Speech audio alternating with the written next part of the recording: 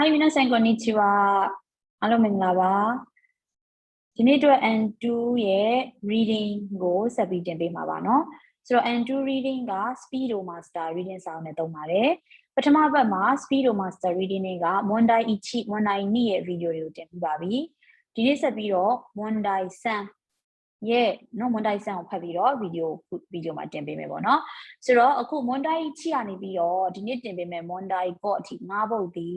တန်ခွန်းလို့ခေါ်တဲ့မေးခွန်းအတူတွေဖြစ်ပါတယ်။နောက်အပေါ်မှာပုတ်စာဖတ်ရမယ်စာပိုက်ပါမယ်။အောက်ကမေးခွန်းကတော့တစ်ပုဒ်ပဲပါမယ်ပေါ့နော်။ဒီလိုသဘောမျိုးနဲ့သွားမယ်။ကဲဒါဆိုရင်မတို့အခုဒီနေ့ဖတ်မှာ Mondai San ဒီပုတ်စာအတူတန်ခွန်းတွေကို go for 9မိနစ်နဲ့ပေးပါတယ်နော်။ဒါဆို9မိနစ်နဲ့ဖတ်ရမယ်ဆိုတဲ့အတိလေးတော့ရှိရမယ်ပေါ့နော်။ကဲဒါဆိုရင်အရင်ဆုံးမေးခွန်းကိုမတို့ဖတ်တဲ့အခါမှာမေးခွန်းကခိုးရေရှာဝ今からどうしなければならないか高齢者ဆိုတာတက်ကြီးရွယ်ဦးလေးเนาะအသက်ကြီးတဲ့လူတွေပေါ့เนาะအဲ့တော့အသက်ကြီးရွယ်ဦးတွေကအခုကစပြီးဘလို့မလုပ်လို့မရဘူးလေဒါဆိုဘာလို့ဒီအပေါ်ကစာပိုက်မှာဖတ်ရလိမ့်မယ်အဲ့ထက်မှာခိုးရေးရှာဆိုတဲ့တက်ကြီးရွယ်ဦးပေါ့เนาะသူကခိုးရေးရှာလို့တော့ကွက်တီရေးပေးခြင်းမှာရေးပေးမယ်ဒါပေမဲ့အဲ့ဒီစာပိုက်ထဲမှာအသက်ကြီးရွယ်ဦးတွေနဲ့ပတ်သက်တဲ့စာကြောင်းပါရင်မတို့ကနည်းနည်းဦးစားပေးပြီးတော့ဖတ်မယ်နော်အဓိကအဲ့တက်ကြီးရုံနဲ့ပတ်သက်တဲ့ဟာပဲရှာပါမှန်နော်သူတို့တွေအခုကစပြီးဘယ်လိုမလုပ်လို့မရအောင်လဲပေါ့ဒါဆိုအကျဉ်းများဖြင့်ဒါတွေကလိုလားဆိုတော့ဖတ်တော့ဖတ်ရမယ်ပေါ့နော်ဒါပေမဲ့မဖတ်တတ်ဘူးဖြစ်နေကြလို့ရှိရင်လည်းအမတို့ကဒါကြီးကိုအချိန်နေပေးပြီးတော့မဖတ်ဘူးအချိန်မရှိလို့9မိနစ်ပဲရမှာလीဟုတ်တယ်နော်ဆိုတော့ဒီမှာဒါရေးထားတာကတော့ Aobashi home page Aoba ဆိုတဲ့မြို့ရဲ့ home page ပေါ့ဒီ website က home page မှာဘာရေးထားလဲဆိုတော့ Hinan Jumbi Joho Hinan ဆိုတာကဒီဘေးရန်တွေရဲ့တခုတဘာဝဘေးရန်တွေပဲဖြစ်ပေါ့နော်မိလောင်မှုတို့ဘာလို့ဖြစ်တဲ့အခါမှာရှောင်ရှားတာဘေးရန်တွေကိုရှောင်ရှားတာနော်အဲ့တော့ဘေးရန်တွေရဲ့ရှောင်ရှားတဲ့ဂျွန်းဘီပြင်ဆင်မှုတွေကိုကြော်ဟိုလုပ်ဖို့အတွက်သတင်းချက်လက်ပေါ့ဆိုဒါဆိုရင်ဒီအောက်ဘရှိမှာကြည့်ရတာဘေးရန်တွေရဲ့တခုခုတော့ဖြစ်နေပြီအဲ့ဒီဘေးရန်တွေကိုရှောင်ဖို့အတွက်ပြည်သူတွေကိုသတင်းအသိပေးတာပေါ့နော်အသိပေးတဲ့ဒါစာကြီးပေါ့နော်ကဲတော့ဘာကြီးထားလဲဆိုရင်こちらは青葉市災害対策本部ですခုဒီစာမျက်နှာဒီ page ကတော့เนาะအောက်ပါရှိရဲ့ဒီ site guide ဆိုတဲ့ဒီတဘာဝဘေးရန်တွေကိုကာကွယ်ရေးနဲ့ပတ်သက်တဲ့အစီအစဉ်တွေကိုတင်ပြတဲ့本部 main office ဖြစ်ပါတယ်ဆိုပြီးတော့ဒီမှာခေါင်းကြီးပိုင်းနဲ့ရေးထားတယ်စာကူပန်ခါရနော်ရှူချူဂိုနီယော်လီစာကူပန်မနိညာကစပြီးတော့ရှူချူဂိုဆိုတာမိုးသဲထန်စွာရွာတာမိုးအရန်ရွာတာเนาะမိုးသဲထန်စွာရွာတာကြောင့်မလို့เนาะစာကူရာဂါဝါနော်ဆူအီကဆာကူရာဂါဝါဆိုဒီဆာကူရာရဲ့မြစ်ကြီးပေါ့နော်ဒီမှာလည်းပုံလေးတော့ပါတယ်ဆာကူရာဂါဝါဆိုတော့ဒီမြို့ကဒီဆာကူရာဂါဝါဆိုတဲ့ပင်မြစ်နားမှာရှိရတယ်တူပါတယ်နော်အဲ့တော့ဆာကူရာဂါဝါမှာရှိတဲ့ဆူအီဆိုတာရှိအီဆိုတာက level ပေါ့နော်အဲ့တော့ဆာကူရာဂါဝါမှာရှိတဲ့ရေမျက်နှာပြင် level ကနော်ဘာဖြစ်လာလဲဆိုဂျိုးရှိုဆိုတာမြင့်တက်လာတာမြေမျက်နှာပြင် level ကြီးကမြင့်တက်လာပြီးတော့ရှင်းဆွီနော်အိုဆိုတဲ့ဂါဒီမှာရှင်းဆွီရေကြီးတော့မှာဟုတ်ပြီနော်အဲ့ဒါဒီမြို့မှာပြဿနာဖြစ်နေတာတကယ်တမ်းနော်ဒီအောက်ဘရှိမှာပြဿနာဖြစ်နေတာရှင်းဆွီရေကြီးတော့မယ်နော်ရေကြီးတော့မယ်အန်ဒီရှိနေပါတယ်တဲ့ကဲအဲ့တော့ဘာလို့ခိုင်းလဲခိုနိုးတာမယ်အဲ့ဒီအတွက်ကြောင့်တကယ်တမ်းအမကဖက်ပြနေတာပေါ့နော်အော်ဒီမှာအိုတိုရှိယော်ရီဆိုပြီးတော့နော်ခိုးရိရှာဆိုပြီးတော့နော်အသက်ကြီးရွယ်ဦးဆိုပြီးတော့တခုမှမပါသေးတော့အမှန်တော့ဒါအကြောင်းရင်းလေးကဒါရှင်းဆွီပြဿနာတက်နေတယ်ပေါ့ဒီမြို့မှာပေါ့ဒါဆိုအဲ့ဒီအတွက်ကြောင့်ခိုနိုးတာမယ်ဆာကူရာဒိုင်ချီကူနီဒိုင်စတဲ့နော်ဒီဆာကူရာဒိုင်ဆိုတဲ့ဒီမြို့နယ်လေးကပေါ့နော်အဲ့တော့အဲ့မြို့နယ်က11時20分17:20မှာဟီနန်ဂျိုမီဂျိုဟိုဒါရှိမစတာဘေးလို့ရကိုရှောင်ရှားဖို့ပြင်ဆင်မှုတွေလုပ်ဖို့တွေကိုကျွန်တော်တို့အကြောင်းကြားခဲ့ပါတယ်เนาะဒါရှိမစတာတော့အဲ့လိုစာလေးထုတ်ပြန်ခဲ့ပါတယ်ပေါ့အစ်စဒေမိုဟီနန်ကတေခီလူရောဘယ်ချိန်မဆိုနော်ဒီလိုမျိုးဘေးရန်ရှောင်ရှားနိုင်အောင်ဟီနန်ဂျွန်ဘီယိုခါဂျီမေတေကူဒါဆိုင်ဘေးရန်တွေရှောင်ရှားမဲ့ပြင်ဆင်မှုတွေကိုစလုပ်ထားကြပါတော့ဆိုပြီးပြည်သူတွေကိုလှုပ်ထားခိုင်းတာမာတာပြီးတော့ caring တော့ခတ်တာနေမို့ caring ဆိုတာချိကိုက်ခန်းကြီးနေနော်ချိကိုက်ဒါလေးကတိုနာရီခန်းကြီးအနီနာဆိုတော့ပြောချင်တာကတော့အနီနာပေါ့ကိုယ့်ရဲ့ဘေးပတ်ဝန်းကျင်အနီနာလူတွေကိုလည်းပဲဒေကီရုတာခေတက်နိုင်သလောက်ကိုယ့်ရဲ့ခါကေတေကူဒါဆိုင်နော်ပြောထားပေးပါကိုယ့်ရဲ့ခါခဲမှာဆိုစကားလမ်းပြောတာဆိုအတန်ပေးထားပါပြောထားပါဆိုတော့ဒီလိုမျိုးဟိနန်းကျွန်းပြီးတွေလှုပ်ထားကြပါလို့ပေးနာလူတွေကိုပြောထားပေးပါကဲအဲ့ဒီမှာတက်ကြီးရုံနဲ့ပတ်သက်တာမပါသေးဘူးကေတာဆိုလာပြီသူလည်းဒီမှာအမှတ်သားလေးမာရုလေးပေးထားတယ်အဲ့အတွက်မတို့ကဖတ်ဖို့ဖတ်မယ်စထားတာအိုတိုရှိယော်ရီနော်ခတ်တာစပြီနော် အောက်မှာသူရဲ့မိကုန်းကခိုးရိရှာတက်ကြီးတွေကိုဒီမှာပါတော့ခိုးရိရှာလို့ကွက်တီမလားဘူးအိုတိုရှိယော်ရီနဲ့လာပြီအိုတိုရှိယော်ရီကလည်းတက်ကြီးတွေကိုပဲဒါဆိုဒီနေရာကိုမလို့သေချာဖတ်ပြီပေါ့နော်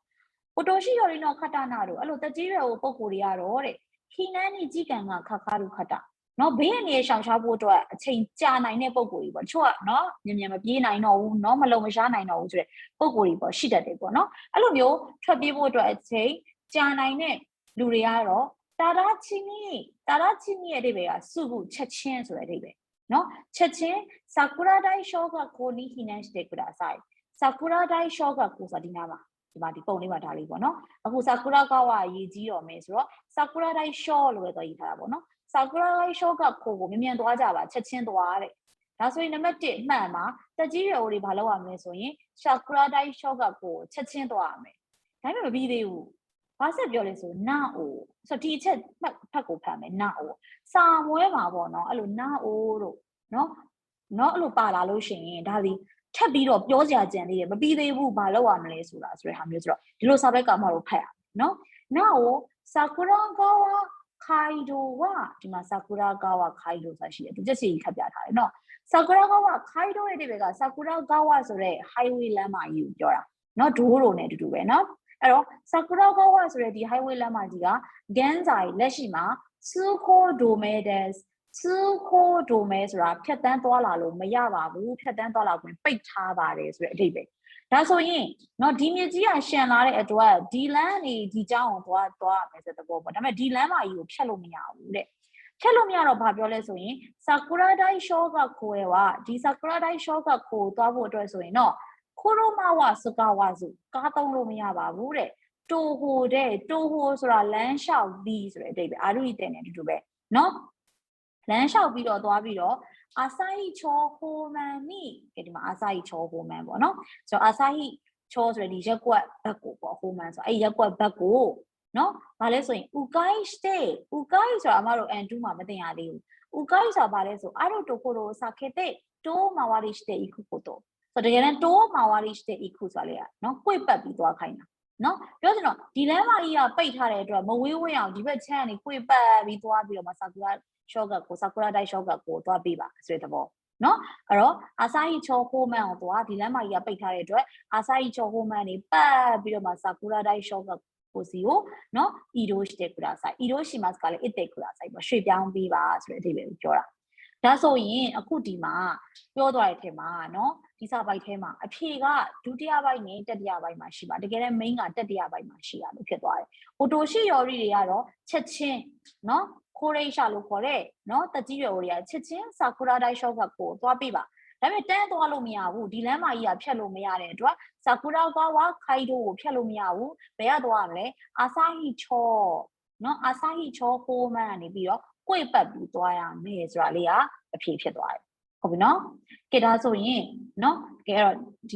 ီဟွာပေါ့နော် main point ကအောက်ဆုံးမှာရှိသွားတဲ့သဘောပေါ့နော်ဆိုတော့အောက်ဆုံးမှာရှိသွားတဲ့သဘောကဘာလဲဆိုရင်ဆာကူရာဒိုင်ရှော့ကကိုအေဝါခူရူမာဝါစကာဝါစုတိုဟိုတဲ့အာဆိုင်ချောဟိုမန်နီဥကိုင်းစတဲ့ဤဒိုစတဲ့ကူဒါဆိုင်ဆိုတဲ့ဟာလေးက main point လို့ဖြစ်သွားတယ်ဒါဆိုရင်ဥတိုရှိယော်တွေဘာလုပ်ရမလဲဆိုတဲ့အောက်ကလေးခုမှာနော်1番桜川街道で桜大小学校に避難する桜川街道ကိုဖြတ်ပြီးတော့တဲ့ဒီဘက်ကျောင်းဒီကျောင်းလေးကိုသွားရမယ်ဆိုတော့ဖြတ်လို့မရပါဘူးဒီမှာပြောထားပြီးသားဖြတ်လို့မရဘူးဆိုတော့1番ကမှားနေပြီဒီတိုးတဲ့အသုံးလို့ဖြတ်လို့မရဘူးလေနော်သူကဖြတ်ပြီးသွားခိုင်းတာဆိုတော့1番အဖြစ်မဟုတ်ဘူး2番อาซาฮิချောဟိုမန်ကိုတိုးတဲ့အာဆာဟီချောဟိုမန်ကနေပြီးတော့ဖြတ်ပြီးတော့ဆာကူရာဒိုင်ရှော့ကကိုနီစီနန်ဆိုလို့ဆာကူရာဒိုင်ရှော့ကကိုသွားပါဂီတာဆိုတော့လည်းကြိုက်လောက်တယ်နော်ဒီလမ်းကဖြတ်လို့မရတော့ဒီဘက်ကနေဖြတ်ပြီးတော့ဒီကျောင်းကိုသွားပါပေါ့ဂီတာဆိုရင်ဒါတော့ကြိုက်လောက်တယ်နော်မတိကျသေးဘူးတစ်ချက်စိတ်ကဆုံးဖြတ်လို့မရသေးရင်စမ်းပန်ကိုဆက်ဖတ်မယ်ခင်းကျော်လို့ဟီတိုတိုအနီးနားကကိုပတ်ဝန်းကျင်အလူတွေနဲ့အစ်ရှော်နေအတူတူနော်ဟီနန်ဂျွန်ဘီကိုစုလို့ဒီရှောင်ရှားမယ်ပြင်ဆင်မှုတွေကိုလုပ်ပါဆိုတော့တကြီးရိုတွေကအဲ့လိုလုပ်ဖို့ဂျွန်ဘီလောက်ထားဖို့အချိန်မရှိဘူးခုချက်ချင်းသွားခိုင်းတာလीနော်ဂျွန်ဘီလောက်ခိုင်းတာကတခြားလူတွေလောက်ခိုင်းတာဒါပေမဲ့အိုတိုရှိရိုတွေတော့ခတ်တာကလူတွေကဒီနန်းမှာကြီးကန်ကခါခါရီမစီနော်ရှောင်ဖို့အတွက်အချိန်ကြာမှာဆိုတော့တာတာချီနီချက်ချင်းသွားခိုင်းတာဂျွန်ဘီအခုချိန်မှာလှုပ်ပြီးစောင့်နေခိုင်းတာမဟုတ်တဲ့အတွက်စမ်းပန်တော့မှားတယ်ဒါဆိုယောန်ပန်ဟီနန်ဂျွန်ဘီကိုရှက်ခါလာရှောင်ရှားမဲ့ပြင်ဆင်မှုတွေကိုလုပ်ပြီးတဲ့နောက်ရှိနော်ဒီမျိုးရဲ့ sai gai dai saku hombuni di the bawa pawinjin kaboyi main office jiwo doi awase sulu songzan sisi biba songzan mimian biba so bama doi awase ne ba sa no to du doshi yori de o doshi yori de khole sha de o di sakura dai shoga ko chet chin to khai na di lan ga phet lo mya lo asahi cho ho man ani to khai na da so yin aphe man ro ni ban phit twa bi ဟုတ်ပြီနော်ခေဒါဆိုရင်ဒီစာတစ်ပိုက်လုံးမှာအမတို့က main idea အနေနဲ့အမတို့ဘာကိုပြောလို့ရလဲဆိုရင် main idea ဒီအောက်ဆုံးမှာပါသွားတယ်အဲ့တော့စာမွေးရောက်တဲ့အခါမျိုးမှာဘယ်ဟာ main idea လဲတော့အမတို့တန်ပြီးတော့သိမှာမဟုတ်ဘူးပုံမှန်ပေါ့နော် main idea ဒီသူ keyword လေးတစ်ခုထွက်လာပြီဆိုအဲ့ keyword လေးကိုသေချာဖတ်ပြီးတော့ပုံမှန်အများစုဒီလိုမျိုးတန်ပွန်းလို့အတူတွေကတော့ဒီအောက်ဆုံးကြောင်းနားမှာရှိတတ်တယ်ပေါ့ရှိတတ်တယ်လို့ပြောတာအကုန် 100% ရှိရလို့တော့ပြောတာမဟုတ်ဘူးပေါ့နော်ဆိုတော့ကြတော့ဒီစာကြောင်းလေးရဲ့ဒီစာပိုက်လေးရဲ့နော်မှတ်တင်တဲ့ main idea အနေနဲ့ကဲဘာကိုပြောမလဲဆိုရင်တော့